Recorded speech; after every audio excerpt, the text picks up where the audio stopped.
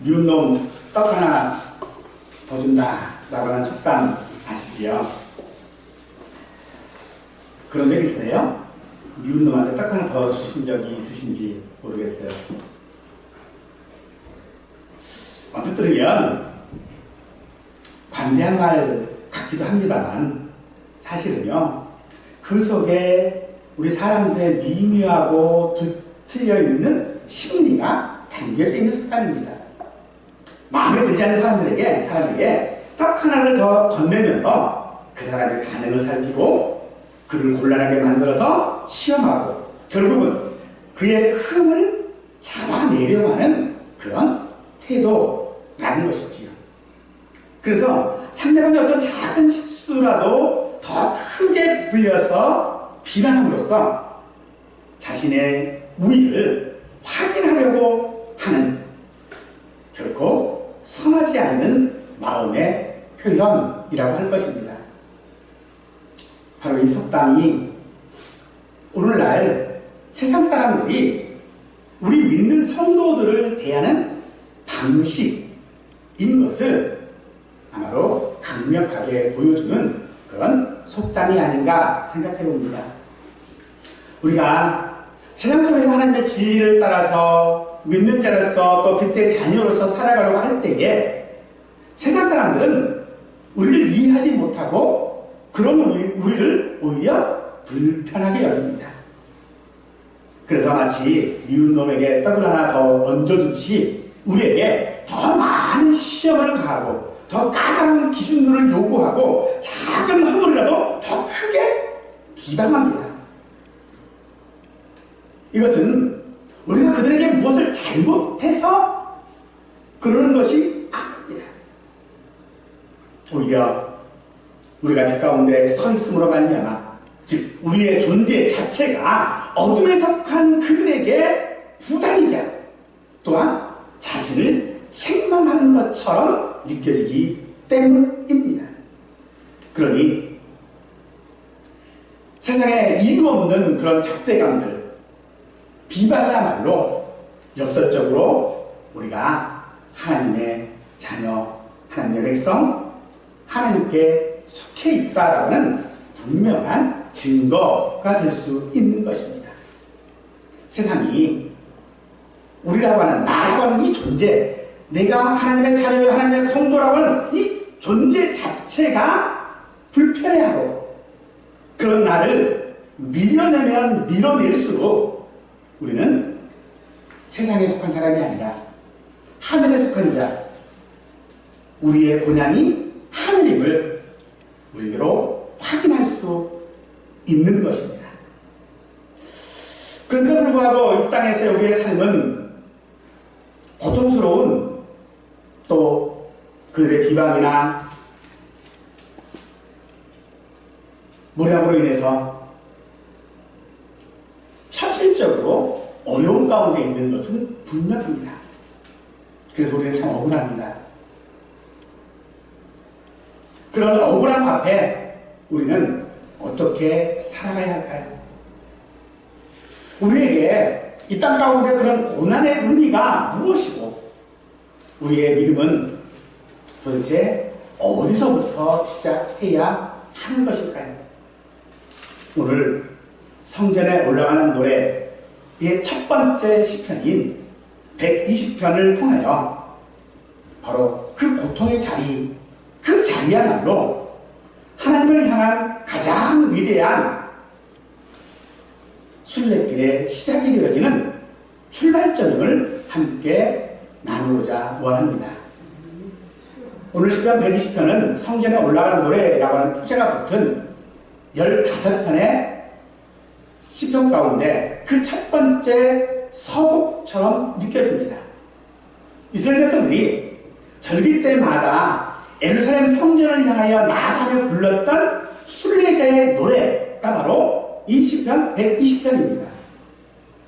순례길을 나설 수 있는 사람은 상대적으로 여유가 있고 편안한 일이라고 우리가 상상할 수 있겠지만 사실 이스라엘 사람들에게 이 순례길을 가는 건요 평생 소원이에요. 그런데 그런 그 평생 소원을 이제 확인했어요. 얼마나 기쁜 마음일까요? 아이들이 소풍 가기 전날처럼 우리가 어디 여행 가고 해외여행 가고 하는 그런 그 전날처럼 들뜬 마음, 그 들뜬 마음으로 아마도 이 노래를 부르며 가지 않았을까라고 우리가 생각해 볼 수 있겠지만, 오늘 이 시편 120편은요 그런 우리의 기대를 완전히 빛나게 만들어 버립니다. 이 순례길의 첫 걸음은 전쟁의 한복판에서 시작합니다. 진실이 아닌 거짓의 진흙탕 속에서부터 시작되어집니다. 순례길은 가장 먼저 이 순례자들을 고통과 고립의 현장으로 안내하고 있다는 겁니다. 왜일까요? 왜 이런 고통과 고립이 순례길을 시작해야 할 이유가 되는 것일까요? 사실 우리들이 예수를 믿는다라고 했을 때에 그 믿음의 계기들을 살펴보면 평안했을 때 예수를 믿는다고 그러지는 않아요. 대부분이 아팠을 때, 어려움을 당했을 때, 그럴 때 나는 예수를 믿겠다라고 결심하는 경우들이 많이 있지요. 그러나 그것이 우리가 예수를 믿어야 할 이유가 아니라는 겁니다. 마치 순례자를 가는 이 순례자들 앞길의 그 첫걸음이 즐거운 일이 아니라 고난이고 고통이고 어려움이고 비방하는 그 길이기 때문에 이들이 굳이 이 순례길을 가야 할 이유가 그들에게는 없었던 것입니다. 하지만 그럼에도 불구하고 그들이 이 순례길을 걸어가는 이유는요, 그들이 가야하는 그 길을 끝에 우리 아버지 하나님이 계시기 때문입니다. 하나님 아버지 앞으로 나가는 길이 그 시작과 고난이어야 할 수 있다는 겁니다.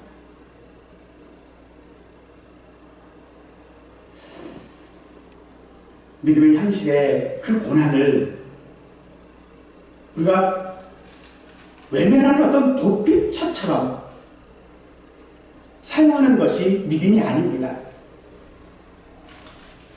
우리의 믿음은 그 고통의 자리에서 하나님을 향하여 나아가야만 한다라고 하는 깨달음입니다. 그래서 고통이야말로, 어려움들이야말로 왜 내가 하나님께 나아가야만 하는가라고 하는 질문을 우리에게 던지는 것입니다. 이런 사실을 우리는 다윗을 통해서 확인해 볼 수 있을 것입니다. 다윗에게 예루살렘이라고 하는 시온성은요, 처음부터 주어진 안락하고 편안한 그런 거처가 아니었습니다. 다윗은 왕이 되기 전에 사울의 질투와 추격을 피해 오랜 세월 유배자처럼 떠돌아야만 했습니다.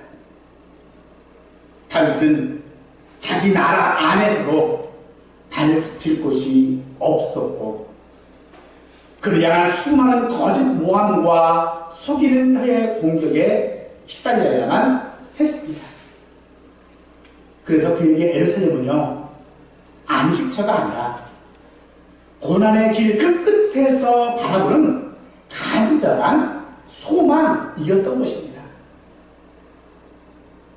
그러므로 오늘 우리가 읽는 이 성전에 올라가는 노래의 첫 머리에 이 고통의 시간 놓여 있는 것은 우리 아버지 앞으로 나아가는 믿음의 여정이 바로 하나님께서 우리의 삶을 인도하심으로 자기에게로 이끄시는 것이다 라고 하는 것을 보여주고 있는 것이지요. 결국 하나님은 다윗을 그가 소망하던 그 예루살렘 시온성으로 부르셨고 그곳에서 왕으로 삼으셨습니다. 우리의 이런 순례길, 현실의 고통을 하나님 앞에 정직하게 토로하는 것에서부터 시작되어야 합니다. 안락하고 모든 것이 평안할 때가 아니라 거짓된 세상 속에서 더 이상 견딜 수 없다고 느낄 때에 바로 그때가 하나님을 향하여 우리가 비로소 나가야 할 순례길의 시작이 되어지는 순간인 것입니다. 다윗이 마주하던 그 고통의 핵심이 무엇입니까? 거짓된 입술과 속이는 혀였습니다. 말이라고 하는 것은 사람의 인격을 담는 그릇이라고 합니다만 이 거짓된 입술에서 나오는 이 말들은요, 우리의 어떤 마음을 갈기갈기 찢을 수 있는 그런 흉기가 되어버리죠. 소리 없이 날아와서 심장을 꿰뚫는 그런 장사의 날카로운 화살과 같이 우리를 향한 비방의 말은 우리가 방어할 틈도 없이 우리의 마음에 깊은 상처를 낼 것입니다. 우리가 살아가는 세상에 요즘 나오는 소셜미디어의 악성 댓글들 같은 것들, 또 직장 내에서 험담과 모함하는 것들, 또 관계를 무너뜨리는 어떤 사소한 거짓말들이 난무하는 세상 가운데서 그 세상 가운데서 그런 모든 화살들이 사실은 믿는 사람들을 향하여 쏟아지고 있지요. 그럴 때 아무 말도 안 하고 있으면요, 뭐라고 그러는지 아세요? 저렇게 둥한 사람이라고 비난을 합니다. 그래서 말을 하면 그 말에 푸짐을 잡고 싸우려들지요. 도무지 우리의 어떤 진심이 통하지 않는 답답한 현실, 우리가 사는 세상이 바로 그런 세상입니다. 다윗이 처한 그 고통의 현실을, 그러기에 다윗은 5절에서 메섹에 머물며 게달의 장막 중에 머무는 것이 내게 화로다라고 탄식하는 것입니다.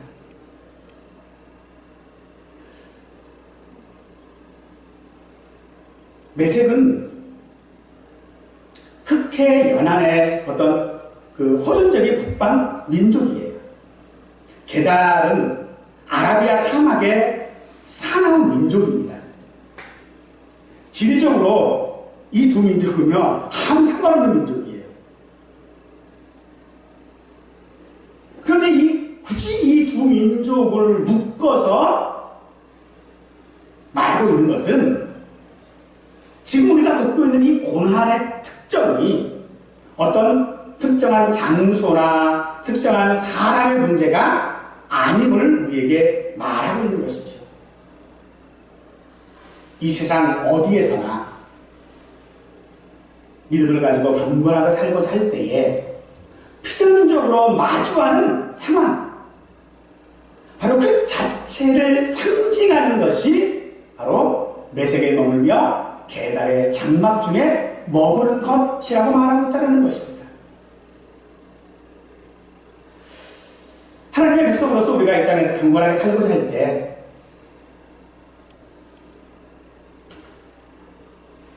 하나님의 법은 통하지 않습니다. 하나님의 의는 세상 사람들에게 비웃음거리가 되어져 버리고 말 것입니다.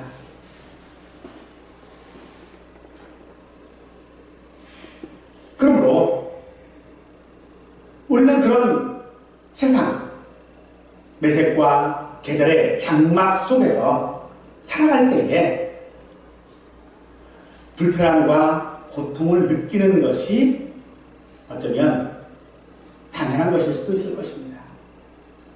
즉, 세상 사람들은 우리가 불편한 게 아니에요.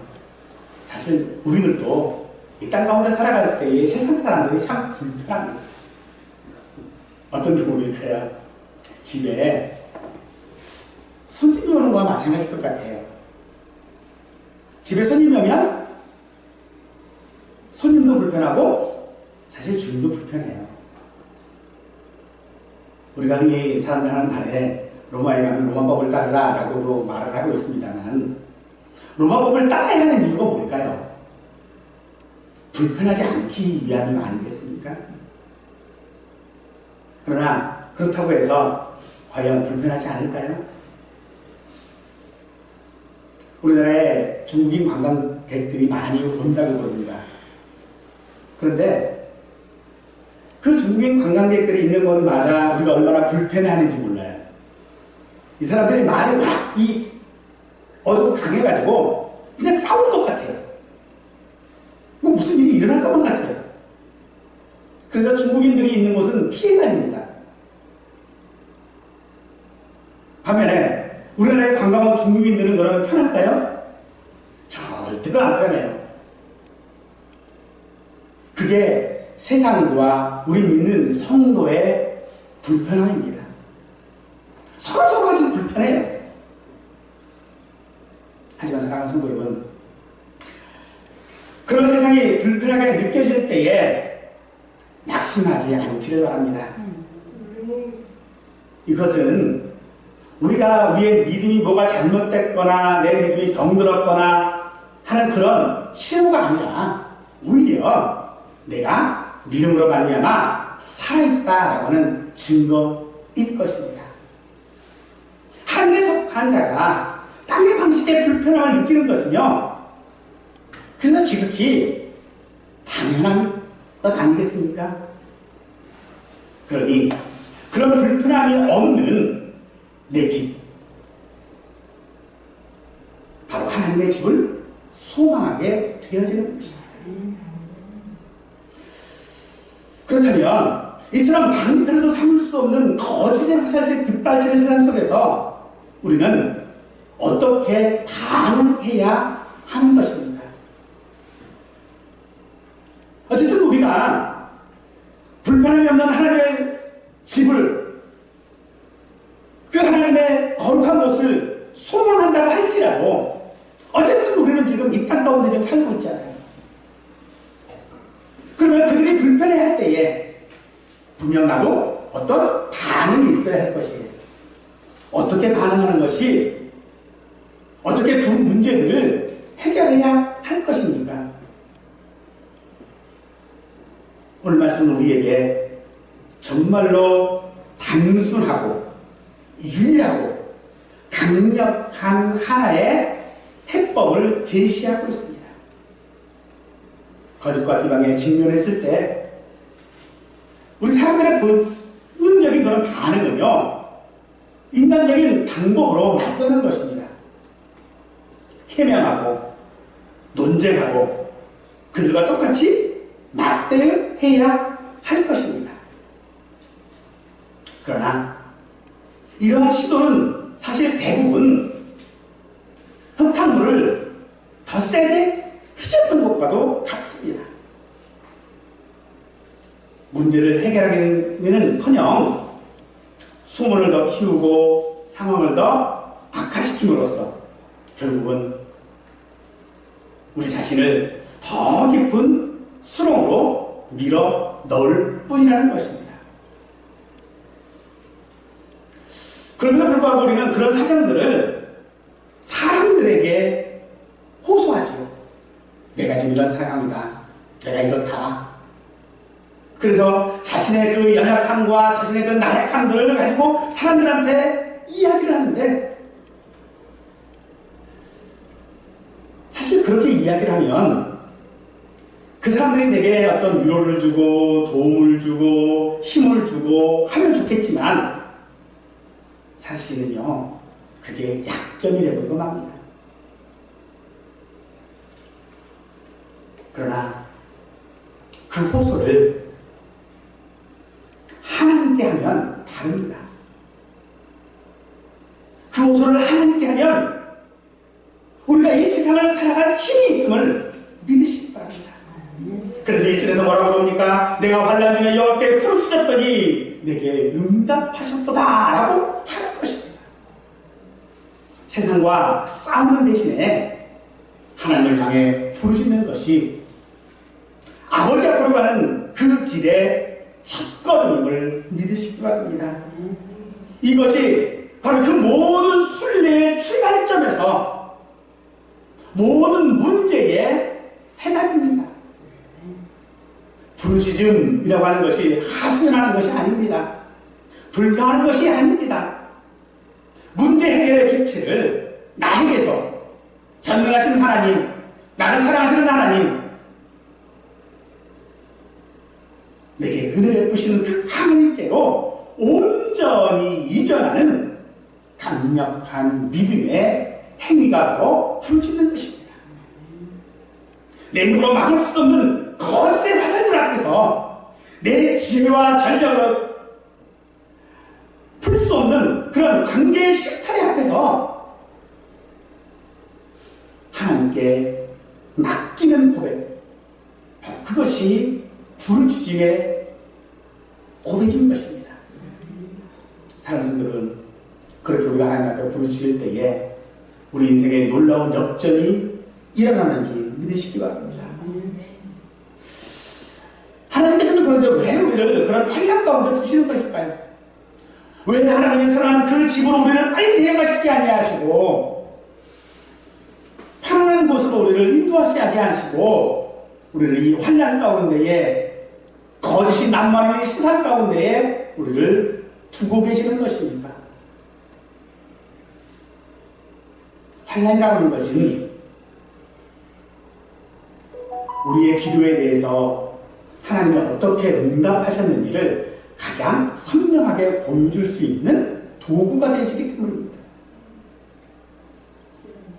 우리가 환난을 받으면, 어려움을 받으면, 비방을 받으면 우리가 가장 먼저 하는 게 무엇입니까? 하나님께 부르짖는 것 아니겠습니까? 우리의 부르짖음을 이끌어내셔서 마침내 내게 응답하셨다고 하는 그런 승리의 노래를 우리 삶 가운데 부르게 하시기 위한 하나님의 신실하신 계획이 환난이라는 것입니다. 기도한다고 뭐가 달라지는가? 라고 질문할 수도 있을 것입니다. 어쩌면 우리가 기도함으로 말미암아 달라지는 상황은 아무것도 없을 수도 있을 것입니다. 하지만 우리가 하나님 앞에 기도함으로 말미암아 하나님께서 내게 그 상황을 이겨낼 수 있고 견딜 수 있고 버틸 수 있는 힘을 주시고 우리 자신을 그렇게 하나님 앞에 나가게 할 수 있는 능력이 되어주는 줄 믿으시기 바랍니다. 우리가 당하는 환난과 고통이 하나님께 온 마음과 정성으로 기도할 기회를 제공하는과 동시에 하나님의 응답을 경험할 수 있는 기회인 줄 믿으시기 바랍니다. 그러므로 하나님께 이런 환난들, 고통들, 이런 것들을 귀한 도구로 사용하지 않을 이유가 없으신 것이지요. 생각해보면 우리는 불편해합니다. 세상에 거하는 것, 세상에 살아가는 것이 여러분들 왜 불편하다고 생각하십니까? 다윗은 자신이 지금 거하고 있는 곳을 메섹과 게달의 장막에 거하는 자라고 말하고 있습니다. 우리는 이 세상에 잠시 머무는 나그네라고 하는 사실을 너무도 잘 알고 있지요. 그래서 우리는 그런 고난과 고통들이 올 때에 그래 나는 나그네야, 내 본향은 저 천국이야 라고 하면서 잠깐의 소망은 가질 수 있으나 세월이 흐르고 시간이 지나고 나면요 여전히 변하지 않고 여전히 불편한 그런 상황 가운데에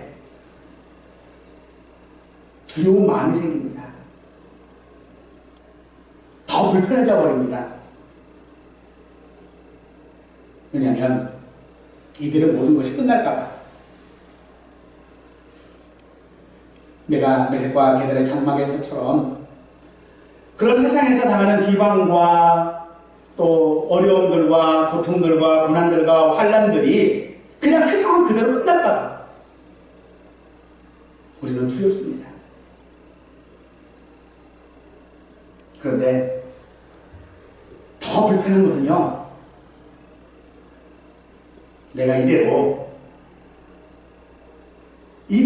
내색과 계달의 장막이라고 하는 그 편안한 곳에서 나그네가 되어 떠날까봐 더 두렵습니다.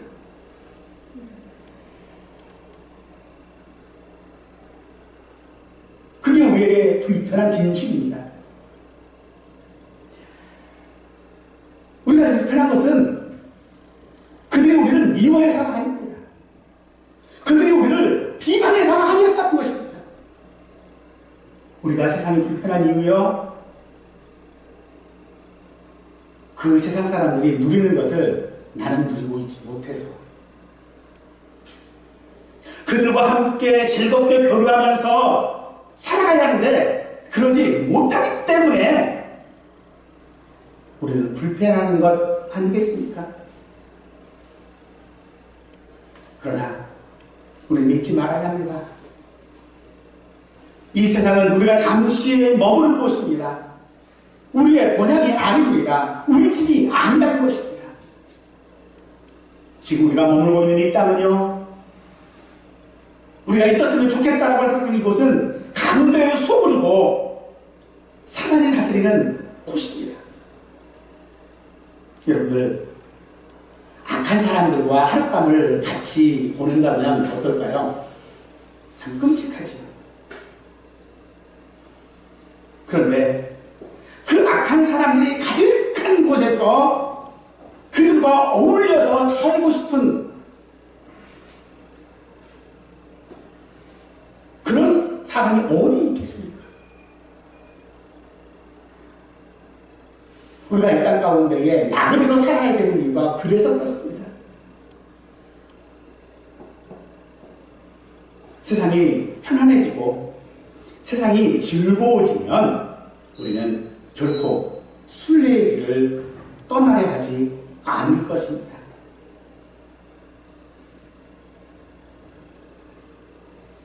우리가 살아가는 이 세상, 강도의 속을 하나님의 율법과 교회가 아무런 영향력을 미치지 않는 곳입니다. 이곳이 바로 우리가 살아가고 있는 메색과 계달의 장막입니다.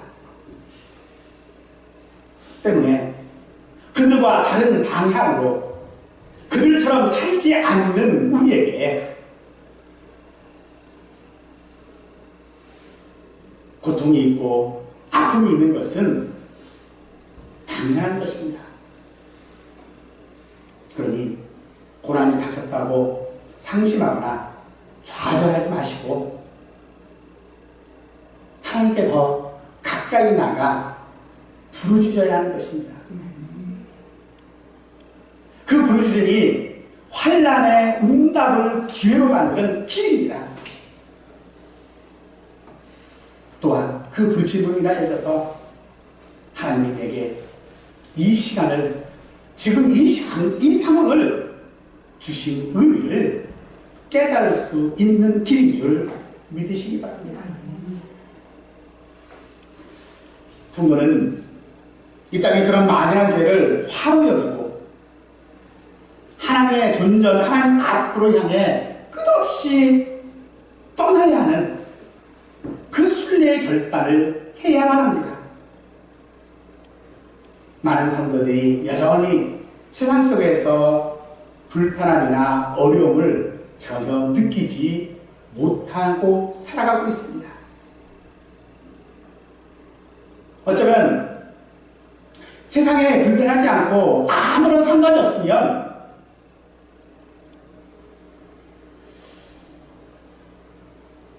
뭐라고 해야 될까요? 과연 내가 믿는 자인가? 라고 하는 생각을 할 수밖에 없는 거 아니겠습니까? 세상은 우리를 참 불편하게 만드는 것들이 많아요. 반대로 내가 믿음으로 말미암아 불편해해야 하는 것들이 있다는 것이죠. 예를 들면 어떤 자격증 시험 같은 것들을 보면 이럽시다. 자격시험을 보면 자격시험 꼭 언제 있어요? 주일날 있어요.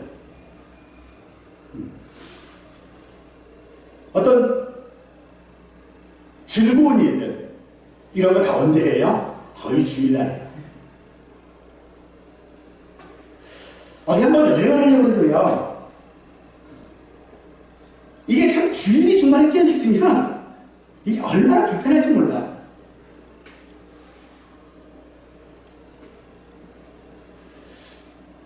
그런데 그게 안 불편해요.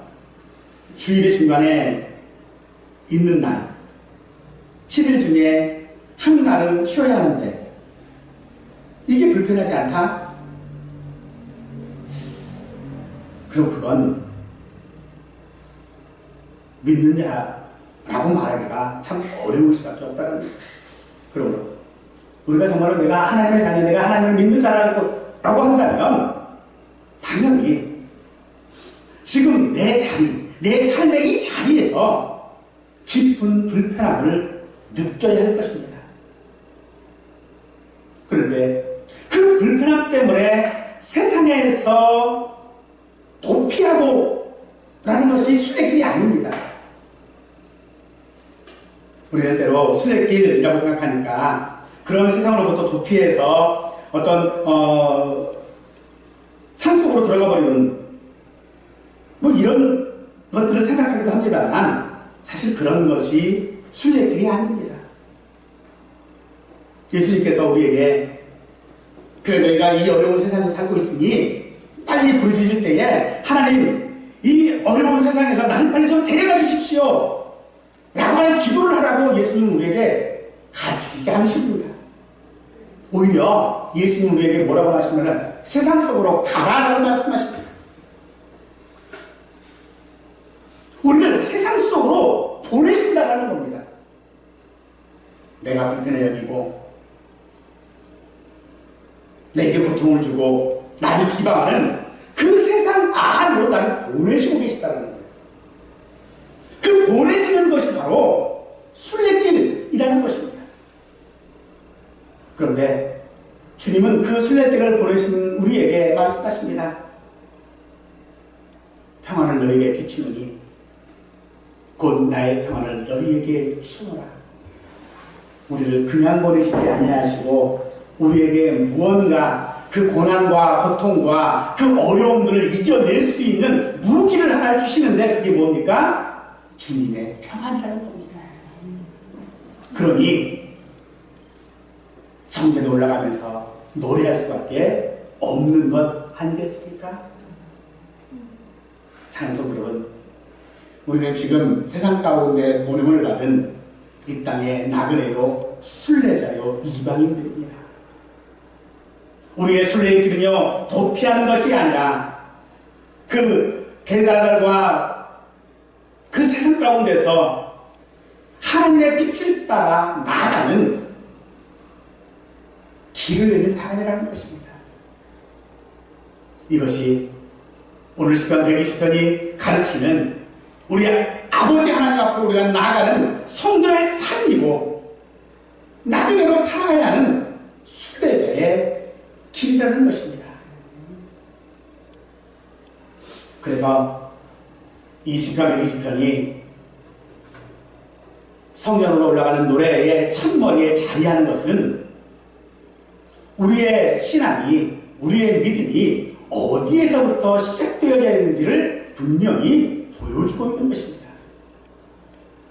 우리의 순례길은요, 평안함이 아니라 거짓과 다툼이 가득한 매색과 계달 같은 그런 현실에서 시작되는 것입니다. 믿음은 이 현실을 외면하는 데서가 아니라 있는 그대로 직면하는 데서부터 출발해야 하는 것입니다. 우리는 이 세상에서 나그네로 살아가며 끊임없는 분쟁과 거짓의 소리를 마주하겠지만은 그것이 곧 하나님께 나가야 할 이유가 되어지는 것입니다. 그러니 사랑하는 성도 여러분, 세상과 맞대응하려고 하지 말고 하나님께 부르짖는 기도로 우리 하나님의 앞에 우리의 문제들, 세상의 비방들, 환난들을 다 내려놓으실 수 있기를 축원합니다. 로마서 12장 9절 말씀에 내 사랑하는 자들아 너희가 친히 원수 갚지 말고 하나님의 진노하심에 맡기라. 기록되어 있을 때 원수 갚는 것이 내게 있으니 내가 갚으리라고 주께서 말씀하셨느니라 라고 합니다. 악을 악으로 갚지 말고 보복의 권한을 스스로 행사하려 하지 말라는 그런 말씀입니다. 우리가 세상을 살아갈 때에 보복심이 아니라 원수가 없는 것은 내게 있다 하신 그 하나님을 신뢰하는 믿음으로 그 세상의 비방들 앞에 휩쓸리지 아니하고 그 세상의 즐거움들하고 함께 할애하지 않고 오직 하나님을 따라서 의로움을 지키며 살아가는 것이 우리 순례길입니다. 원수갚음은 우리의 것이 아닙니다. 오직 하나님의 주권이고 하나님께서 친히 의로운 방식과 때를 따라 판단하신다라고 하는 그 말씀을 믿으시고 세상과 맞서려 하지 마시고 하나님 앞에 부르짖기를 원합니다. 억울함을 품고 복수의 마음을 키우는 자가 아니라 그 모든 것들을 하나님께 맡기는 결단이 우리에게 있기를 축원합니다. 다윗은 거절한 거짓과 비방 속에서도 스스로 보복하지 않고 하나님께 맡기는 길을 택했습니다. 우리 역시도 우리의 모든 것들을 하나님께 맡길 그때에 세상이 아무리 우리를 비방하고 아무리 우리를 불편한다 얘기를 할지라도 우리의 그 순례의 길을 흔들지는 못할 것입니다. 우리가 하나님 앞에 우리의 모든 것들을 맡길 때에 오직 우리에게는 주님이 우리에게 주시는 평강이 있는 줄 믿으십시오. 분명 우리에게 우리의 삶에는 내색과 계달의 장막이 있습니다. 우리는 거기에 머물고 싶지만 머물지 못하고 있는 그 자신이 불편할 것은 내색과 계달의 장막일 수 있을 것입니다. 하지만 그곳에서부터 하나님께 나아가실 수 있기를 원합니다. 그래서 우리의 현실적인 고난이, 현실적인 그런 고통이 하나님께 나아가는 시작점이 되어지고 하나님께 부르짖음으로 말미암아 우리의 걸음을 인도하시는 하나님 앞에 참 하나님이 주시는 그 평안함을 소망하며 나아갈 수 있도록 기꺼이 이 불편한 순례의 첫걸음들을 시작할 수 있는 우리 모두가 되시기를 간절히 축원합니다.